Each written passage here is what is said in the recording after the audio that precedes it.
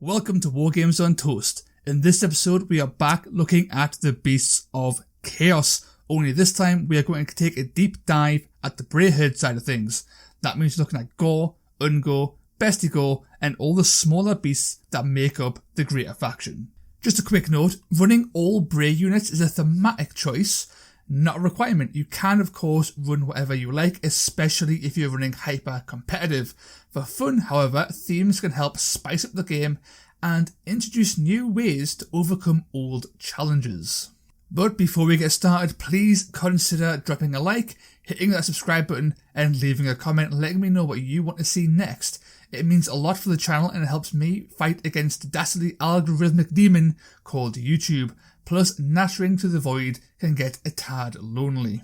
Without further ado, let's dive right in. I love Beasts of Chaos, as you may already know, and Bray models are some of my favourite. There is something so simple yet so engaging about running a bunch of goat people in a battle and tearing everything asunder. What makes Bray so interesting is the unit variety on offer. There's a little something for every scenario. So let's jump into the pros and the cons. Firstly, cheap. Bray units are our cheapest option, meaning you can really fill the board with your chaff. Ungo and Gore start at the measly low cost of 60 points, which is rather cheap for toughness 4 units, and Bestigo roll in at only 100, which again is a fair price with a model with toughness 4 and some pretty solid attacking stats. Next, our hero support is pretty fantastic. Bray has by far the most support in the faction, not only coming in with beast lords and shamans to help out the warband, but they also have access to 2 types of half-horn, a forerender, a gougehorn and a gorehoof, most of which are solid picks. Speed. All beastmen are fast, so Bray is no different. If you want an all Bray warband, then your base troops are movement 5, going all the way up to movement 10 if you want to pack a Centaur or 2 in there. And finally, our Bray units are versatile. We have access to the power of magic, we have range attacks, solid melee, decent defense, throw in the aforementioned speed, and Bray can be anywhere and do most things. Of course, there are some downsides, the biggest being the lack of big hitters. Bestigo may be solid units, but our biggest hitters actually lie in Thunderscorn and over in Warcry.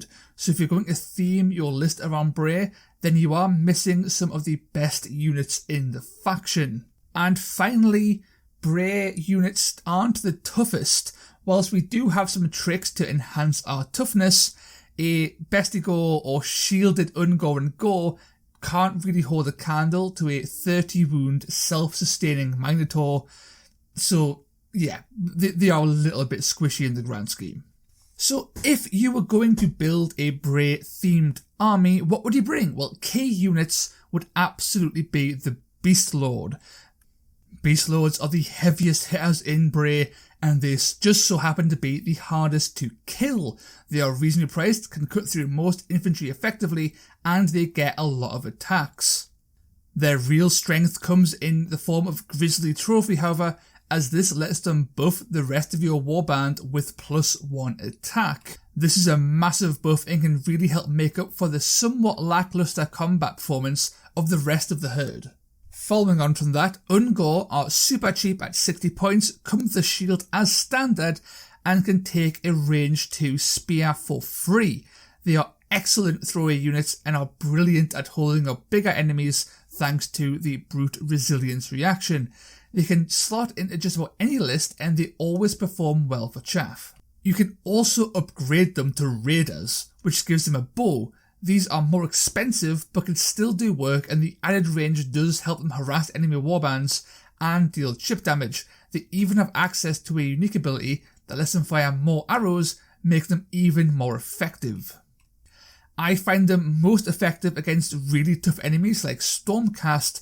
Since their toughness is so high, you don't want to waste your more valuable units on them, so a few stray arrows here and there can really start to whittle them down from safety, and in general it's an effective use of points and resources. Now, you could build an entire army based on just Ungo and the Beast Lord, but you wouldn't get very far, or at least I don't think you'd get very far. So here are some other considerations that you may want to slip in your list, starting off with the Bray Shaman. The Bray Shaman is an excellent hero choice. They are cheap at under 150 points, have a great stat line for that price tag, and their range attack is quite potent, especially if you get a couple of crits in there over the course of the game. Their true power, however, comes from Devolve, which lets you move an enemy model on any double. You can move enemy models in combat with your units, saving your big hitters like Bestigo or your Beast Lord some AP. Of course, you could also use Devolve in other utility-like ways, for example, moving a relic holder closer to your lines or disrupting an enemy's defensive position for a better angle on your own attack. The possibilities here are really endless, so experiment, have a go. The Bray Shaman is very, very good. Now, Gore are in a hard spot at first glance because they aren't much better than Ungore, and in many cases they could even be considered worse. However, for 5 points more, a Gore with shield can take 1 to 2 more hits than an Ungore in combat before dying, and this makes them excellent tarp hits for the price. I love Gore in general, and I do try to fit them in here and there for a bit of weight in my lists, although I would try to stick to keeping them with shields, which comes in at 65 points a model. And finally, we have Bestigo. Bestigo are the big hitters of the Brayherd.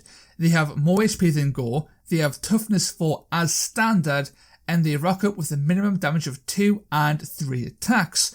They aren't great, but for the cost, they are well worth it. They can also deal damage on the charge thanks to a very nice ability, and since they aren't that costly, using Brute Resilience to burn AP and tank is still a viable option. Not only that, they get even better when buffed by a Beast Lord, allowing them to swing well above their weight. So now we've covered all the key units that would make up a decent Bray list, let's actually get a sample list started. There is a lot of wiggle room here to make adjustments and changes, so take this list as a jumping off point for your own magnificently beastly creations.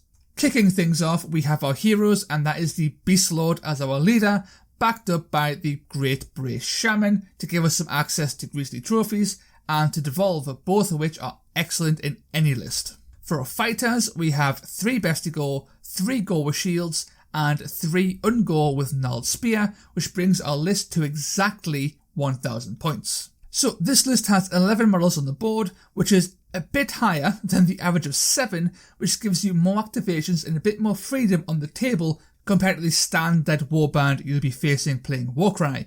We've also included both the Beast Lord and the Bray Shaman, since you're both very good and both provide support in different ways. The main hitting force of this list will be your Bestigo and your Beast Lord, with your Chaffy Gore and Ungore there mostly for objectives, support, or tying up enemies. There is a lot of deceptive resilience in this list, and since every model is so cheap, burning an AP to activate your reaction is never really a hard sell. Now, if you want to make changes, there is a lot that could be done here. You could drop 2 Gore and get a Centigore.